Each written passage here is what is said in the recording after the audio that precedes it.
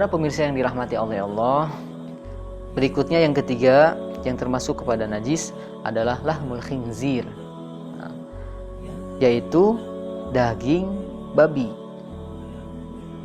Daging babi sebagaimana jenisnya itu hukumnya haram bagi kita dan hukumnya najis. Tidak boleh kita mengambilnya, tidak boleh kita memakannya, tidak boleh kita mengenainya. Oleh karena itu, sebisa mungkin ketika kita akan sholat, harus jauh-jauh dengan hal-hal yang dapat membatalkan sholat kita, ya di antara najis itu. Kemudian yang keempat adalah qailul adami. Kemudian yang kelima bauluhu. Yang keenam waraji'uhu. Yang keempat adalah muntah daripada manusia. Kemudian yang kelima adalah air kencing. Kemudian yang keenam adalah kotoran manusia. Bagaimana hukumnya? Nah, hukumnya wa najasatu hadil asya muttafaqun 'alaiha. Semuanya ini muntah, kemudian kencing, kotoran manusia hukumnya adalah najis. Ulama sepakat bahwa hal itu najis. Illa annahu yu'fa an yasiril qai. Kecuali ada pengecualian, yaitu al-qai'il yasir. Muntah yang sedikit. Ketika muntah sedikit itu dimaafkan, dimaafu. Artinya tidak najis. Namun ukuran sedikit ini itu menjadi tidak pasti. Ketika seseorang datang, ini sedikit, tapi menurut orang lain itu banyak. Nah, bagaimana solusinya? Nah, para ulama fikih menjelaskan bahwa yang dimaksud dengan sedikit itu adalah dikembalikan kepada al-adah. Kebiasaan di kita yang namanya sedikit itu seperti apa? Kalau misalkan muntahnya hanya 1 sendok, menurut adat di sana itu adalah sedikit, maka itu tidak najis. Tapi kalau adat yang lain misalkan di luar daerah kita, yang namanya koi atau muntah, jangan 1 sendok, setengah sendok udah dikatakan banyak, maka itu menjadi najis. Tidak boleh dia mengenainya.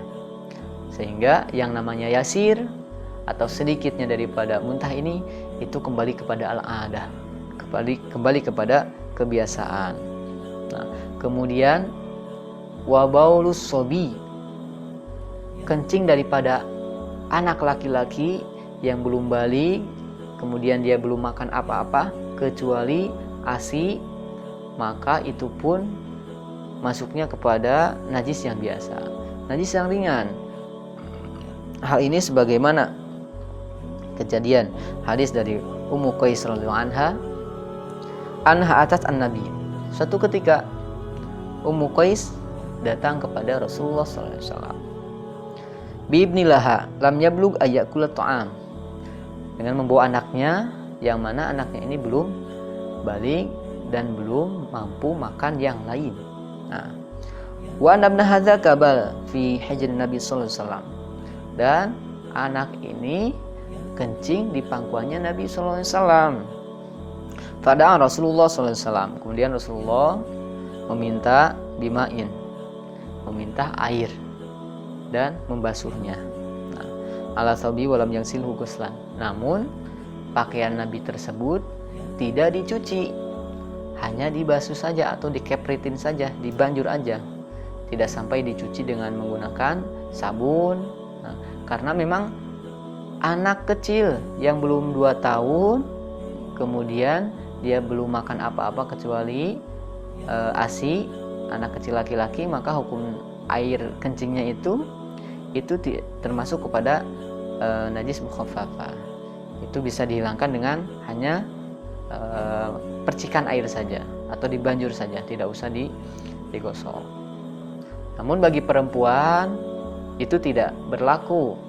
Bagi perempuan usianya berapapun, ketika kencing ya harus dicuci sebagaimana yang dewasa. Nah, kemudian termasuk kotoran manusia hukumnya adalah najis. Nah, ini yang harus diperhatikan.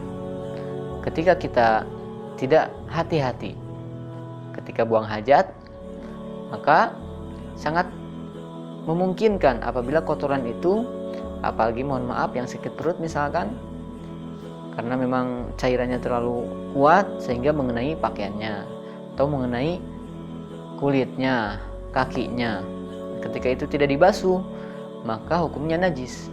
Ketika dipakai sholat, dibawa sholat, maka besar kemungkinan sholatnya tidak diterima karena dia dalam keadaan membawa najis. Nah, oleh karena itu harus berhati-hati.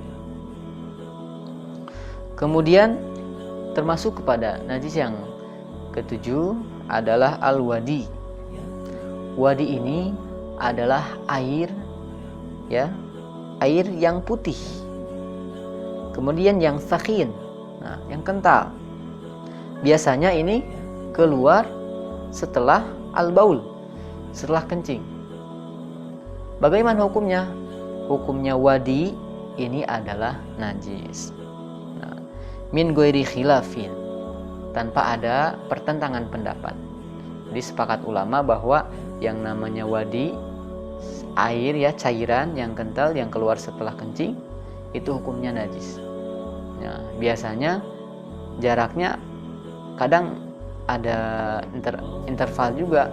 Misalkan kencing kemudian udah rapi, ketika wudhu serasa ada yang keluar. Nah, itu harus hati-hati. Jangan dipaksakan. Jangan dipaksakan wudhu kemudian sholat, jangan. Mendingan lebih baiknya bagi kita, sebagai kehati-hatian kita, itu dibersihkan dulu dan kita ganti dengan yang lain pakaian kita. Nah, itu adalah najis. Kemudian ada berikutnya yang ke-8 adalah al-mazi. Bagaimana hukum mazi? Mazi pun sama, adalah najis. Apa itu mazi? Mazi itu ma'un abyad, cairan yang putih juga sama. Dan ini keluar biasanya itu ketika seseorang laki-laki bermula'abah. Ketika seseorang laki-laki bercumbu dengan pasangannya. Dan biasanya itu akan keluar cairan yang namanya wazi. Bagaimana hukum wazi ini? Cairan ini bagaimana? Hukumnya adalah sama, najis. Nah, oleh karena itu, baik kita yang sudah menikah, kalau bagi jamaah yang belum menikah, sebaik mungkin itu dihindari. Nah, kalau bagi orang yang sudah menikah, ketika akan bermula'abah, akan bercumbu dengan pasangannya, biasanya ada cairan itu. Nah, kalau cairan itu mengenai pakaian kita, maka hukumnya pakaiannya menjadi najis dan harus dibersihkan, harus disuci. Apakah itu dicuci dengan digosok atau seperti apa? Yang penting si cairannya itu hilang, tidak sampai membekas dalam pakaian kita. Itu adalah mazi. Jadi mazi itu keluar ketika seseorang bermula'abah, ketika seseorang bercumbu dengan pasangannya. Kemudian yang berikutnya adalah al-mani. Dhahaba ba'dul ulama'i ilal qawli binajasati wa zahiru annahu tahirun. Lakin yustahabbu ghusluhu idza kana ratban. Mani itu adalah hal-hal atau cairan yang keluar, ya. Biasanya ini ketika seseorang di atas daripada mula'abah. Nah, bagaimana hukum dari cairan mani ini? Ada sebagian ulama yang mengatakan bahwa mani ini hukumnya adalah najis.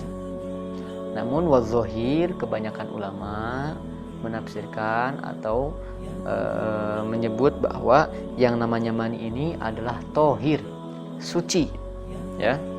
Tetapi ketika air mani ini mengenai pakaian kita, maka kita dianjurkan, yustahabbu, dianjurkan untuk mencucinya.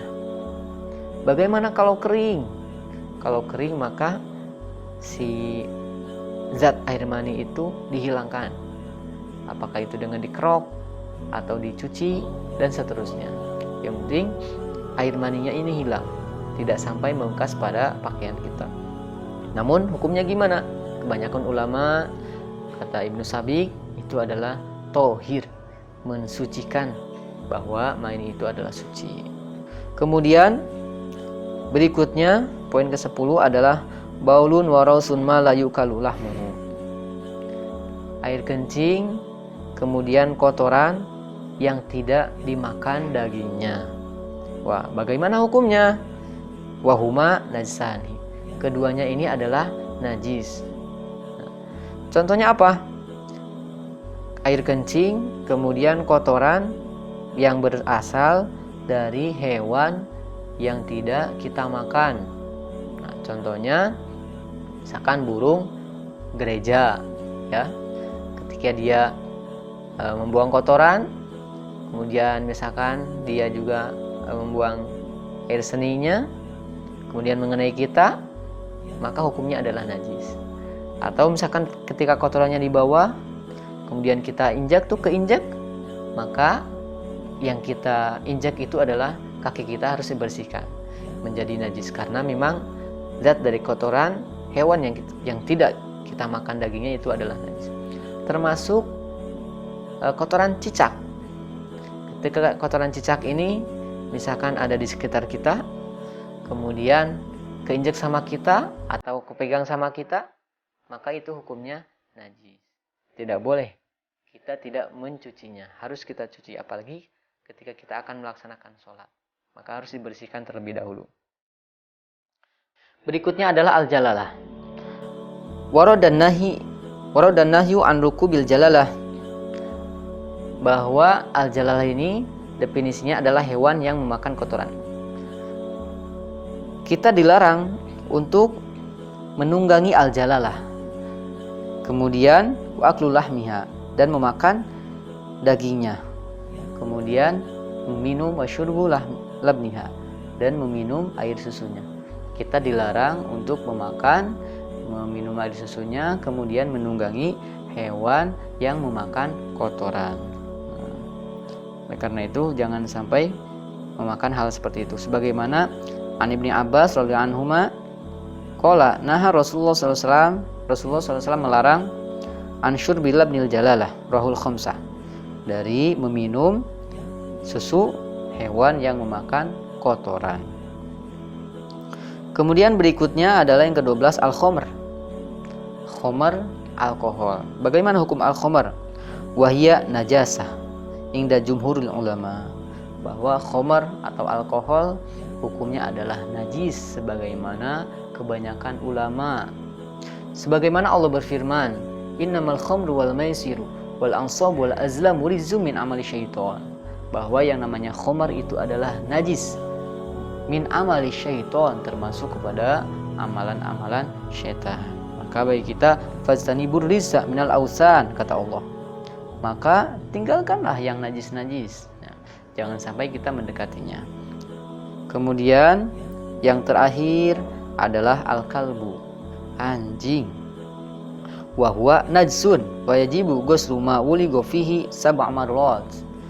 Bahwa yang terakhir itu adalah anjing, dan kita diwajibkan untuk mencuci apa yang dikenai atau mengenai kalbun itu dengan 7 kali cucian.